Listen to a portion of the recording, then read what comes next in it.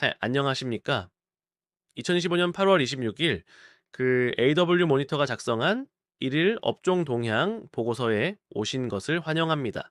자, 오늘 시장의 핵심 주제는 거시적 압박과 정책적 기회의 공존입니다. 지금부터 그 내용을 상세히 살펴보겠습니다. 오늘 시장의 전반적인 성적표입니다. 코스피는 3179.34로 마감했습니다.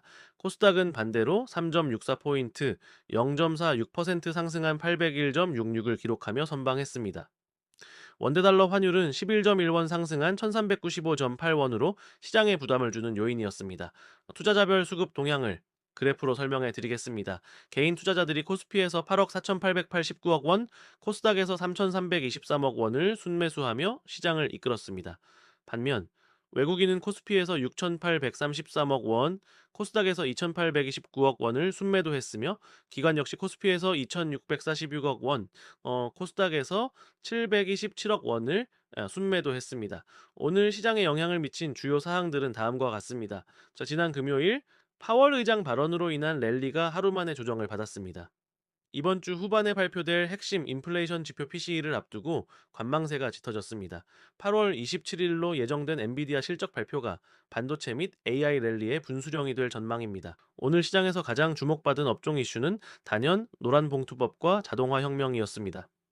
노란봉투법의 핵심은 사용자의 범위를 원청업체까지 확대하고 노조 파업에 대한 손해배상 청구를 제한하는 것입니다. 시장에서는 이로 인해 기업의 노무 관련 리스크와 비용이 증대될 것으로 해석하고 있습니다.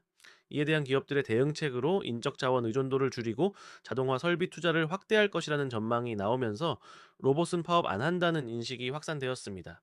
이러한 기대감은 로봇 및 자동화 관련주의 급등으로 이어졌습니다. 그래프를 보시면 SP 시스템스가 가장 큰 폭으로 상승했으며 SM 코어는 상한가 플러스 29.92%를 기록했습니다. 그 외에도 로보티즈 플러스 19.31%, 푸른기술 플러스 19.14%, 원익홀딩스 플러스 16.54% 등이 폭등하며 시장의 관심을 한몸에 받았습니다. 코스피 시장의 전반적인 약세 속에서도 일부 업종은 강세를 보이며 차별화된 흐름을 나타냈습니다. 오늘의 상승 업종 등락률 그래프를 보시겠습니다. 가장 높은 상승률을 보인 업종은 섬유와 의류로 1.27% 상승했습니다. 이는 소비 심리 회복과 하반기 패션 시즌 진입에 대한 기대감 때문입니다. 대표 종목으로는 한선 플러스 2.15%, 신성통상 플러스 1.85% 등이 있습니다. 오락 문화 업종이 1.2% 상승하며 그 뒤를 이었습니다. 하반기 콘텐츠 라인업 공개와 해외 진출 확대 소식이 주게 긍정적인 영향을 미쳤습니다. 음식료와 담배 업종 역시 0.99% 상승했습니다. 이는 경기, 방어주 선호 현상과 원자재 가격 안정화에 따른 것입니다. 이번에는 아쉬운 모습을 보인 하락 업종들을 분석해 보겠습니다. 하락 업종 톱 5 그래프를 보시면 전기가스와 건설 업종의 낙폭이 두드러졌습니다. 전기가스 업종은 한미 정상회담에서 원전 관련 구체적인 성과가 없다는 소식에 기대감이 소멸하며 하락했습니다. 건설 업종은 금리 인하 기대감이 후퇴하면서 투자 심리가 위축된 점이 주요 하락 원인이었습니다. 그 외에도 운송 창고는 글로벌 물류 불확실성, 기계 장비는 대형주 중심의 차익 실현 매물 출회, 금속 업종은 원자재 가격 변동성 확대 등이 하락 요인으로 작용했습니다. 특히 한미 정상회담 기대감으로 올랐던 원전주와 조선 관련주가 뉴스에 파는 sell the news 현상을 보이며 차익 실현 매물이 출회된 점이 특징입니다. 어려운 시장 환경 속에서도 새로운 역사를 쓴 52 주 신고가 종목들을 살펴보겠습니다. 대한유화는 경기순환적 턴어라운드에 대한 기대감, 특히 4년 만에 흑자전환 기대감으로 장중 11.91% 급등하며 52주 신고가를 기록했습니다.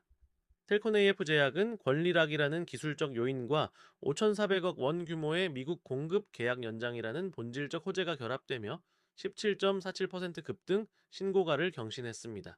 푸른기술은 노란봉투법의 최대 수혜주로 부각되며 19.14% 폭등 11,140원으로 52주 신고가를 기록했습니다. 이제 내일 시장을 위한 전망과 전략을 알아보겠습니다.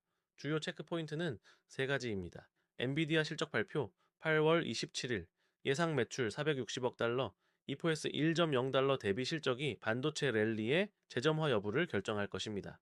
PCE 물가지표 발표, 9월 금리 인하 가능성에 영향을 미칠 핵심 지표입니다. MSCI 리밸런싱 영향, 27일부터 적용되며 편입 종목 두산 효성중공업 LIG 넥스원과 편출 종목 CJ제일제당 LG에이노텍 SKC의 수급 변화가 예상됩니다. 주요 지수 예상 움직임은 코스피 3170에서 3200선, 코스닥 800에서 810선입니다. 단기적으로는 노란 봉투법 수혜주처럼 모멘텀이 강한 업종에, 중장기적으로는 자동화 테마의 구조적 성장 기회에 주목하는 전략이 필요해 보입니다. 오늘 시장을 통해 우리가 배우고 넘어가야 할 학습 포인트들입니다. 먼저 장중에서 배울 만한 내용입니다. 정책 변화의 산업 영향력, 노란 봉투법이 자동화, 로봇 산업에 미친 영향은 정책 변화를 선제적으로 파악하는 것이 얼마나 중요한지 보여줍니다. Sell the news 현상. 한미 정상회담 이후 관련주들이 하락한 것은 이벤트 발생 시 차익 실현 가능성을 보여주는 전형적인 사례입니다. 양분된 시장 대응 전략. 지수 추종보다 업종 선택이 수익률을 좌우하는 환경에서는 거시적 흐름과 개별 테마를 동시에 고려하는 균형 잡힌 시각이 필요합니다. 내일장을 위해 공부해야 할 내용으로는 엔비디아 실적 분석, 자동화 산업의 전체 가치사슬 분석, 그리고 MSC 리밸런싱의 수급 영향 분석 등이 있습니다. 오늘 시장 분석을 최종적으로 종합해 보겠습니다. 2025년 8월 26일 국내 증시는 미국 통화 정책과 같은 글로벌 리스크와 노란 봉투법이 촉발한 자동화 테마라는 로컬 기회 사이에서 명확히 분리되는 모습을 보였습니다. 투자 시사점입니다. 향후 시장은 이러한 양분된 흐름을 이어갈 가능성이 있습니다. 노란 봉투법이 촉발한 자동화 테마는 글로벌 불확실성 속에서 방어막 역할을 하며 장기 성장 기회를 제공할 수 있습니다. 다음 거래일에는 MSC 리밸런싱과 엔비디아 실적 발표가 중요한 변수로 작용할 전망입니다. 마지막으로 본 자료는 참고용이며 투자의 최종 책임은 투자자 본인에게 있다는 점을 명심해 주시기 바랍니다. 이 자료가 투자에 도움이 되셨다면 구독과 좋아요 부탁드립니다.